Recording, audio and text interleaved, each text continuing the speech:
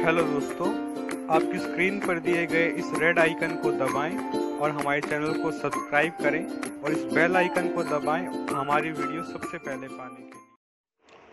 Hello दोस्तों, मैं कुलदीप पांचाल स्वागत करता हूं अपने चैनल पर आप सभी दोस्तों का। और आज मैं क्वेश्चन सीरीज लेके आया हूं चाइल्ड पेडागोजी और डेवलपमेंट की, जो मोस्टली कैंडिडेट्स जो हैं गलत उन क्वेश्चंस को कर देते हैं। कुछ क्वेश्चंस मैंने प्रीवियस क्वेश्चन पेपर से उठाए हैं, कुछ मैंने खुद बनाए हैं। उनसे जुड़े हुए फैक्ट या वो आंसर ठीक क्यों है वो मैं आपको आज बताऊंगा। और अभी तक हम केवीएस अपडेट्स के बारे में वीडियो बनाते रहेंगे। यहाँ पे हमने व्हाट्सअप नंबर भी अपना डाला है, तो जैसी भी फीडबैक हो आप हमारे साथ ज़रूर शेयर करिएगा, चाहे वो पॉजिटिव हो या नेगेटिव हो। तो चलिए शुरू करते हैं चाइल्ड डेवलपमेंट और पेडागोजी। तो शुरू करने से पहले मैं आपको इनके बारे में थोड़ा थोड़ा बता देता हूँ। चाइल्ड डेवलपमेंट और पेडागोजी, तो इसमें तीन टर्म यूज हुई हैं, चाइल्ड डेवलपमेंट और पेडागोजी। तो पहली बात तो ये कि हम चाइल्ड किसको कहेंगे। हम जब 22-23 साल के होते हैं, हम कोई बचकाना हरकत घर पे कर देते हैं तो घर वाले गुस्सा करते हैं कि यार क्या बच्चे वाली हरकतें हैं, तेरा बचपना नहीं गया अभी तक, तो ये क्या है। हमें कैसे पता चलेगा कि बच्चा कौन है। तो अगर घर वालों की जो उन्होंने वो बात बोली, अगर जनरल वे में देखें तो जिसने अभी तक मैच्योरिटी को ग्रहण नहीं किया है, जो अभी परिपक्व नहीं है, वो बच्चा है। ठीक है। और अगर दूसरे वे में देखें तो इसको ऐसे भी कह सकते हैं कि वो बच्चा होता है जिसने अभी किशोरावस्था की समाप्ति कर युवा कहलाना शुरू नहीं किया है। ठीक है। दूसरा टर्म है डेवलपमेंट यानी विकास। विकास असल में एक सतत और निरंतर चलने वाली प्रक्रिया है जो आपकी गर्भ धारण से लेके जो है टिल डेथ आपकी चलती रहती है। इसके बारे में दो तीन चीजें मैं आपको बता देता हूँ। पहली तो ये कि विकास के लिए जरूरी है कि जो आपका विकास हो रहा है वो सभी एस्पेक्ट में हो, सभी पक्षों में हो। ऐसा नहीं है कि आप सिर्फ बौद्धिक रूप से बढ़ रहे हो, है ना, या सामाजिक संवेगात्मक मानसिक रूप से आप पिछड़ रहे हो तो वो विकास कहलाएगा। नहीं, आपका जो है सभी पक्षों में जो है विकास होना चाहिए, बैलेंस के साथ होना चाहिए, तो ही वो विकास कहलाता है। ठीक है।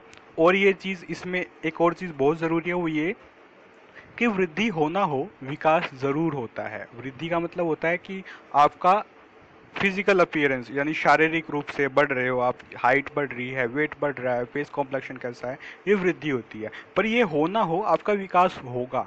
जैसे एक बच्चा 16-17 साल का है ना, उसकी हाइट नहीं बढ़ रही है, पर इसका मतलब ये तो नहीं ना कि उसकी इंटेलिजेंसी जो है या उसके संवेगात्मक जो विकास है, इमोशनल डेवलपमेंट है, उसका वो नहीं होगा, वो होता रहेगा, है ना। तो वृद्धि होना हो, विकास होता रहता है। ठीक है। और विकास में हम शरीर में होने वाले परिमाणात्मक और गुणात्मक दोनों तरह के जो बदलाव हैं, दोनों तरह के जो चेंजेस हैं, उनको शामिल करते हैं। यहाँ पे परिमाणात्मक का मतलब है जो मापे जा सकते हैं। आपका फेस कॉम्प्लेक्शन है, आपकी वेट है, हाइट है, ये परिमाणात्मक में आते हैं। गुणात्मक में जो दिखाई नहीं देते हैं पर आपके बिहेवियर के द्वारा हम उनको जज कर पाते हैं, है ना। आप में उसकी मानसिक योग्यता, संवेगात्मक, सामाजिकता, है ना, बौद्धिक रूप से आप कैसे हैं, आईक्यू कैसी, ये सारी चीजें उसमें आ जाती हैं। ठीक है। तीसरी जो चीज है वो है पेडागोजी। पेडागोजी को बेसिकली हम आर्ट ऑफ टीचिंग भी कहते हैं, कि शिक्षा शास्त्र जो है उसमें होने वाली सभी चीजें पेडागोजी के अंडर में आती हैं।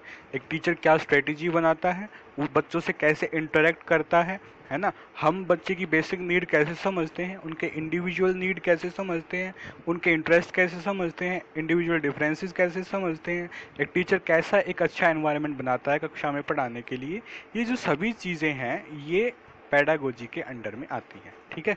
तो चलिए हम वो क्वेश्चंस की सीरीज शुरू करते हैं जो बच्चे गलत कर देते हैं एक्सप्लेनेशन के साथ। ठीक है। तो चलिए शुरू करते हैं। आपका पहला क्वेश्चन है कि आरटी के बारे में इनमें से जो क्या चीज है वो सच है। ये क्वेश्चन मैंने खुद बनाया है ताकि आपको आरटी के बारे में कुछ फैक्ट पता चले। ये क्वेश्चन है, इसमें जो ऑप्शन है वो आपके हैं कि ये जो है 25% रिजर्वेशन प्रोवाइड करता है प्राइवेट स्कूल में गरीबों के लिए। दूसरा ये है कि ये हर कम्युनिटी को कवर करता है। तीसरा ये कि फ्री और कंपलसरी एजुकेशन देता है बर्थ से लेके 14 साल की उम्र तक। तो इसमें आपका क्या ऑप्शन ठीक होगा। इसमें दोस्तों आपका सिर्फ पहला जो ऑप्शन है वो ठीक होगा। कारण ये है कि ये हर कम्युनिटी को जो है कवर नहीं करता है। जो माइनॉरिटी स्कूल्स हैं, जो मदरसे वगैरह हैं, चाहे वो गवर्नमेंट फंडेड हो या नॉन गवर्नमेंट फंडेड हो, वो उसके अंडर में कवर नहीं होते हैं। और दूसरा, ये बाय बर्थ से 14 साल की उम्र तक की शिक्षा की गारंटी ना लेकर के सिर्फ 6 से 14 साल की उम्र तक की शिक्षा की जो है गारंटी लेता है और फ्री और कंपलसरी एजुकेशन देने के बारे में कहता है। 6 से पहले की जो उम्र के बच्चे हैं उनके बारे में इस एक्ट में कोई जिक्र नहीं है। हालांकि ये बात बोली गई है कि आप दे सकते हो, पर एक ऐसा कोई लीगली बाउंडेशन नहीं रखी गई है उस एक्ट में कि भैया ऐसा करना पड़ेगा। ठीक है जी। तो अगला क्वेश्चन देखते हैं। क्वेश्चन नंबर 2 है आपका कि रीता एक 10 साल की लड़की है पर वो 5 साल के बच्चे की तरह बिहेव करती है, तो उसका आईक्यू क्या होगा?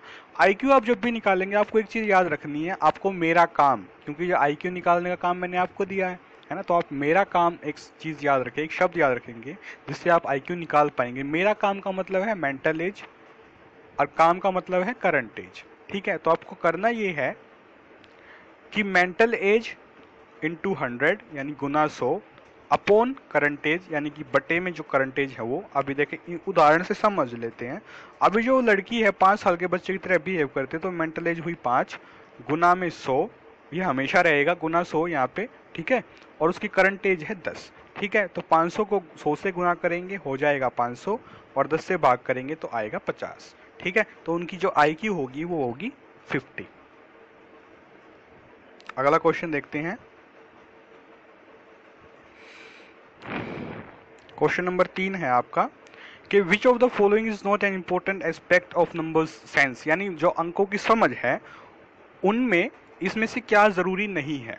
ठीक है, सीरिएशन यानी पंक्तिबद्ध करना उनको, ये बिल्कुल जरूरी है। आप अगर पंक्तिबद्ध नहीं कर पाएंगे तो आपका अंक की समझ बेकार है। काउंटिंग ये भी बहुत जरूरी है। तीसरा, राइटिंग नंबर्स, सबसे फाइनल स्टेप ही आपका लर्निंग का राइटिंग होता है। अगर आप वही नहीं कर पाएंगे तो आपकी सारी लर्निंग खराब हो जाएगी। तो इसमें जो चौथा ऑप्शन है कंजर्वेशन, कि अंकों को मतलब उसका संरक्षण करके रखना, उनको बचा के रखना, ये आपके लिए इतना ज़रूरी नहीं होता है, क्योंकि आप जो उनको रेगुलर प्रैक्टिस में रखते हैं तो वो आपके लिए इतनी चीज़ जो है ज़रूरी नहीं होती। आपको कभी भी अपने गांव का नाम हो गया, अपना नाम होगा, इनको संरक्षण करने की, इनका कंजर्व करके रखने की, इनको बचा के रखने की ज़रूरत नहीं पड़ती, क्योंकि वो डेली लाइफ में आप उसको 20 बार यूज़ करते हैं तो वो इतना ज़रूरी नहीं होता है। तो यहाँ पे जो ज़रूरत नहीं होगी वो कंजर्वेशन की नहीं होगी, और इसलिए आपका जो आंसर है वो कंजर्वेशन यानी संरक्षण यानी बचाव वो नहीं होगा। ठीक है, क्वेश्चन नंबर 4 देखते हैं। What is mean by nature in nature nurture controversy? Basically ये नेचर नर्चर कंट्रोवर्सी ये है, ये लोगों के बीच में आपस में विवाद है कि कुछ लोग जो मानते हैं वो कहते हैं कि बच्चों के जो विकास में नेचर का ज़्यादा, यानी कि जो उनके वंशानुक्रम है, उनकी हेरिडिटी है, उनका ज़्यादा रोल होता है। कुछ कहते हैं नहीं, हेरिडिटी आपकी कैसी भी हो, अगर बच्चे को पालन पोषण अच्छा मिलता है और केयर अच्छे से मिलती है तो वो बच्चे जो हैं अच्छे से उनका विकास हो पाता है। तो ये कंट्रोवर्सी है कि वे इन दोनों में से किस फैक्ट को जो है ज़्यादा मानते हैं या किसका रोल ज़्यादा मानते हैं। तो यहाँ पे एक बात आप जरूर याद रखना, जो बच्चे गलत करते हैं, यहाँ पे आया है नेचर, नेचर को बच्चे मान लेते हैं प्रकृति, यानी उसका वातावरण को कैसा मिल रहा है, तो यही गलती हो जाती है इस नेचर नर्चर कंट्रोवर्सी में। जहाँ नेचर आएगा उसका मतलब है आपकी जैविक प्रॉपर्टी, बायोलॉजिकल गिवनेस, है ना, आपकी हेरिडिटी क्या है, और नर्चर में आता है आपका वातावरण, कि आपको कैसा वातावरण मिला है। तो इसने यहाँ पे नेचर के बारे में पूछा है, तो आएगा आपका आंसर बायोलॉजिकल गिवनेस और द हेरिडिटी इंफॉर्मेशन। ठीक है, अगला क्वेश्चन देखते हैं।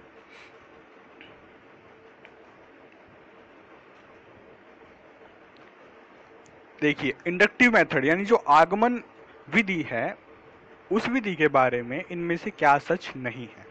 ठीक है, ये इजी टू डिफिकल्ट है, ये जनरल टू स्पेसिफिक है, ये कंक्रीट टू एब्स्ट्रैक्ट है और एग्जाम्पल टू रूल है। तो दोस्तों इसमें जो आपका आंसर होगा वो होगा जनरल टू स्पेसिफिक। कारण ये होगा कि जब आप इंडक्टिव मेथड का यूज करते हैं, आप आगमन विधि का यूज करते हैं, तो आप किसी विशिष्ट जगह से जो है चलते हैं। आप उदाहरण से चल रहे हैं तो आप एक विशिष्ट प्लेटफॉर्म से, एक खास जगह से आप चल रहे हो, और आप एग्जाम्पल का यूज करते हुए आप एक जनरलाइज वे में पहुंच रहे हो, एक आप सामान्य नियम पे पहुंच रहे हो, है ना। बच्चे इसमें कंफ्यूज हो जाते हैं कि नहीं, हम जनरली शुरू कर रहे हैं और हम एक स्पेसिफिक रूल पे पहुंच रहे हैं, पर नहीं, ऐसा नहीं होता है। होता इसके उलट है कि आप किसी विशिष्ट चीज से शुरू कर रहे हो और एक जनरलाइज वे में, एक सामान्यकृत रूल पे आप पहुंचते हो, तो इसका आंसर होता है स्पेसिफिक टू जनरल, है ना। तो यहाँ पे लिखा हुआ है जनरल टू स्पेसिफिक, तो ये जो आगमन विधि के बारे में सच नहीं है। ठीक है, आगमन विधि में हम स्पेसिफिक टू जनरल जाते हैं, ना कि जनरल टू स्पेसिफिक। ठीक है जी, चलो अगला क्वेश्चन देखते हैं। क्वेश्चन नंबर 6 है आपका कि inclusive education assume that we should change the dash to fit the dash, यानी जो समावेशी शिक्षा है वो ये मानती है कि हमें किसको किसके अकॉर्डिंग जो है बदलना चाहिए। हमें सिस्टम को चाइल्ड के अकॉर्डिंग बदलना चाहिए, हमें वातावरण को परिवार के अकॉर्डिंग बदलना चाहिए, हमें बच्चे को वातावरण के अकॉर्डिंग बदलना चाहिए, या हमें बच्चे को सिस्टम के अकॉर्डिंग बदलना चाहिए। तो दोस्तों ये जो क्वेश्चन है, ये आपको मैं बताऊं कि एक सीटेट का एग्जाम है ना, उसमें भी ऐसा नहीं पर थोड़ा बहुत इससे मिलता जुलता आया। तो उसमें आया था कि अगर बच्चा फेल होता है तो उसमें किसकी गलती होती है, कि व्यवस्था फेल हो गई है, बच्चे ने नोट्स याद नहीं किए, या टीचर ने ढंग से नहीं पढ़ाया। ठीक है, तो इसमें जो आपका आंसर होगा वो होगा कि हमें व्यवस्था को जो है बच्चे के अकॉर्डिंग बदलना चाहिए, क्योंकि उसमें भी आंसर यही था आपका सीटेट के उस क्वेश्चन में कि व्यवस्था फेल हो गई है। छोटे बच्चों को हम क्या नोट्स देंगे, है ना, उसमें कंटेंट तो ऐसा कुछ खास होता नहीं है प्राइमरी लेवल पे कि भैया हमें बच्चों को नोट्स बना के पढ़ाने पड़े। तो सीधी बात है, हम व्यवस्था में ही कहीं ना कहीं फेल हो गए हैं, जो बच्चा इतने बेसिक लेवल पे भी जो है बच्चा फेल हो गया है। तो हमें करना ही है, समावेशी शिक्षा भी यही कहती है कि बच्चा जैसा चाहता है या जैसी उसकी नीड है, आप अपनी व्यवस्था को उसके अकॉर्डिंग बदलें। ठीक है जी, तो इसका आंसर होगा आपका, हम सिस्टम को चाइल्ड के अकॉर्डिंग बदलें। क्वेश्चन नंबर 7 देखते हैं। Universally average IQ of a human being, ये कहता है कि एक मानव का वैश्विक रूप से आम जो आईक्यू है वो क्या माना गया है। आप कभी भी बुक्स में देखेंगे, है ना, तो आपको एक विंडो दिखाई देगी, आप विंडो ही देखेंगे कि 90 से 109, 90 से 110 ये आपकी आईक्यू होती है। पर अगर आपसे एग्जैक्ट पूछ लिया जाए कि भाई एग्जैक्ट बताओ क्या आईक्यू होती है, कि वो 90 होती है, 109 होती है, तो दोस्तों इसका आंसर आपका होगा कि जो अभी कुछ साल पहले जो यूनिवर्सली एग्जैक्ट आईक्यू मानी गई है वो 100 मानी गई है। तो इसका आंसर आपका 100 होगा। ठीक है जी, अगला क्वेश्चन देखते हैं। क्वेश्चन नंबर 8 है आपका कि एक क्लास में एक्टिविटी कराई जाती है कि 0 is the most powerful number. जो ये एक्टिविटी है इसके द्वारा बच्चे क्या सीखेंगे, एनालाइज और कम्युनिकेट करना, यानी कि विश्लेषण और संप्रेषण करना। ठीक है, राइटिंग नंबर्स कंटेनिंग जीरोस, यानी वो अंक लिख पाएंगे वो जिनमें जीरो आता है। तीसरा, वो प्रॉब्लम सोल्व कर पाएंगे जिनमें जीरो आता है। और चौथा, दोस्तों की सहायता कर पाएंगे। तो ये जो दो हैं आपके, ये तो बिल्कुल ही खत्म हो जाते हैं, सी और डी बचते ये दो हैं, है ना। तो अगर आप बताओ, अगर zero is the most powerful number, आप कैसे बताओगे कि जीरो अगर अगर जीरो होता है तो उसकी क्या वैल्यू रहती है। जैसे जैसे हम जीरो ऐड करते हैं किसी अंक के पीछे तो उसकी पावर कितने गुना बढ़ती चली जाती है। दैट मीन्स बच्चा उसके बाद उसको एनालाइज करेगा, है ना, उसको देखेगा कि देखो हमने जीरो बढ़ाया, जीरो बढ़ाते बढ़ाते हमारी जो वैल्यू है वो क्या हो गई, है ना।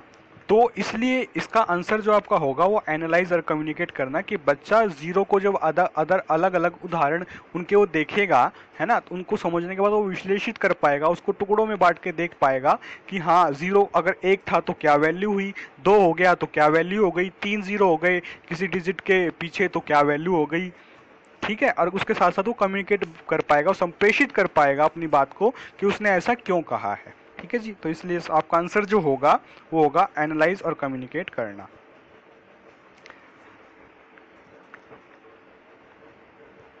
क्वेश्चन नंबर 9 देखते हैं। Meaning of the word gestalt. Gestalt एक वर्ड है दोस्तों, ये मैंने क्वेश्चन खुद बनाया है। तो अगर आपसे पूछ लिया जाता है कि जो गेस्टल्ट है इसका मतलब क्या होता है, तो आप क्या कहोगे। आपको अगर याद हो तो आप अपनी डाइट में एक थ्योरी पढ़ते हैं कोल्ड इनसाइट लर्निंग, वो दी थी व्लादिमीर ने और बढ़ाई थी कोहलर साहब ने। ठीक है जी, तो उसमें गेस्टल्ट बेसिकली एक जर्मन वर्ड है ना, और इसका मतलब होता है, तो पहले हम ऑप्शन देख लेते हैं। तो इसका मतलब है कि पहला ऑप्शन है कि आपका to present something as whole, to present something as part, both of them, none of them, यानी कि किसी चीज को समग्र रूप में प्रस्तुत करना, किसी चीज को आंशिक रूप से प्रस्तुत करना, दोनों ही, या इनमें से कोई नहीं। तो दोस्तों आपका जो आंसर होगा वो होगा टू प्रेजेंट समथिंग एज वूल, किसी चीज को समग्र रूप में प्रस्तुत करना गेस्टल्ट का मीनिंग होता है। अब समग्र रूप में प्रस्तुत करना क्या होता है? समग्र रूप में प्रस्तुत करना वो होता है कि अगर आप इसकी शैक्षिक उपयोगिता देखोगे, है ना, क्लासरूम इम्प्लीमेंटेशन देखोगे आप इसका, तो इसका मतलब है कि आप जब कोई टॉपिक पढ़ा रहे हो पहले उस चीज को पूरा बताओ। यानी अगर आप साइकिल के बारे में पढ़ा रहे हो, साइकिल का कोई पार्ट आप पढ़ा रहे हो, तो पहले आप पूरा साइकिल का इंट्रोडक्शन दो कि साइकिल होती क्या है, उसके बाद आप पार्ट्स पे आओ। ऐसे ही अगर आप फूलों के बारे में पढ़ा रहे हो तो पहले पूरे पौधे के बारे में बताओ, फिर उसके पार्ट्स बताओ, फिर आप फूलों के बारे में बताओ। पर अगर आप इसको थ्योरेटिकल वे में देखेंगे, इनसाइट लर्निंग के थ्योरेटिकल वे में आप इसको देखेंगे, तो गेस्टल्ट का मतलब होगा कि ऐसी सिचुएशन बनाना जिसमें सारी चीज हो, जैसे प्रॉब्लम भी हो, सॉल्यूशन भी हो, और उसको करने के लिए हमारे जो साधन हैं वो भी हो।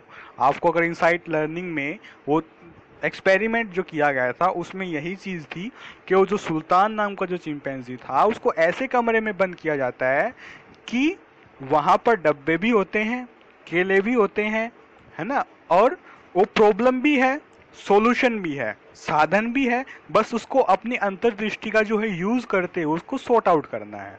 ठीक है जी। तो अगर थ्योरेटिकल वे में आप देखेंगे तो इसका मतलब समग्र रूप से प्रस्तुत करने का मतलब ये होता है। ठीक है, अगला क्वेश्चन देख लेते हैं। क्वेश्चन नंबर 10 है आपका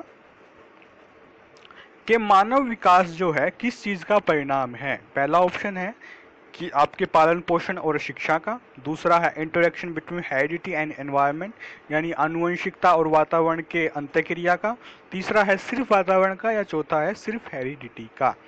तो दोस्तों मैं आपको ये आंसर देने से पहले बता देता हूँ कि जब आप सीडी पढ़ते हैं, है ना, उसमें एक चैप्टर है, उसमें जब वो शिक्षक उपयोगिता बताते हैं तो वो ये कहते हैं कि चाइल्ड डेवलपमेंट यानी बाल विकास पढ़ाने का मेन पर्पज ही ये होता है कि जो टीचर है अपने कर्तव्य से ये कहकर ना भागे कि इसकी आनुवंशिकता में ही दोष है और मैं इस बच्चे का कुछ नहीं कर सकता, है ना। क्योंकि हमें वहां पे समझाया जाता है कि जो आपका विकास है वो हेरिडिटी प्लस एनवायरनमेंट दोनों का कंबाइंड रिजल्ट होता है ना। जैसे हम कोई पौधा लगाना चाहते हैं तो बीज डालते हैं, बीज के बाद जो पौधा उगेगा तो मिट्टी कैसी है, उसको प्रॉपर सनलाइट मिल रही है कि नहीं, हम पानी दे रहे हैं कि नहीं, जो है ना, वो जो फैक्टर्स हैं, बीज तो हो गया उसका हेरिडिटी, है ना, और उसको सनलाइट मिल रही है कि नहीं, हम उसको संभाल रहे हैं, प्रॉपर पानी दे रहे हैं, मिट्टी कैसी है, ये हो गया उसका एनवायरनमेंट।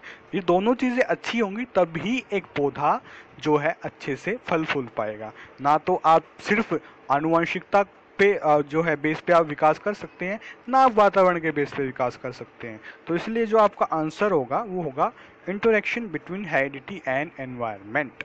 ठीक है जी। तो ये हमारी क्वेश्चन सीरीज थी। बहुत बहुत धन्यवाद हमारी वीडियो को देखने के लिए। और अगर आपके लिए ये वीडियो हेल्पफुल रही है तो प्लीज़ मेरे व्हाट्सएप पे आप मेरे को फीडबैक दीजिएगा। कोई सुधार की ज़रूरत है तो आप मुझे ज़रूर बताइए, कोई नेगेटिव कमेंट है वो भी बताइए ताकि हम आपको और अच्छे से सर्व कर पाएँ। ठीक है।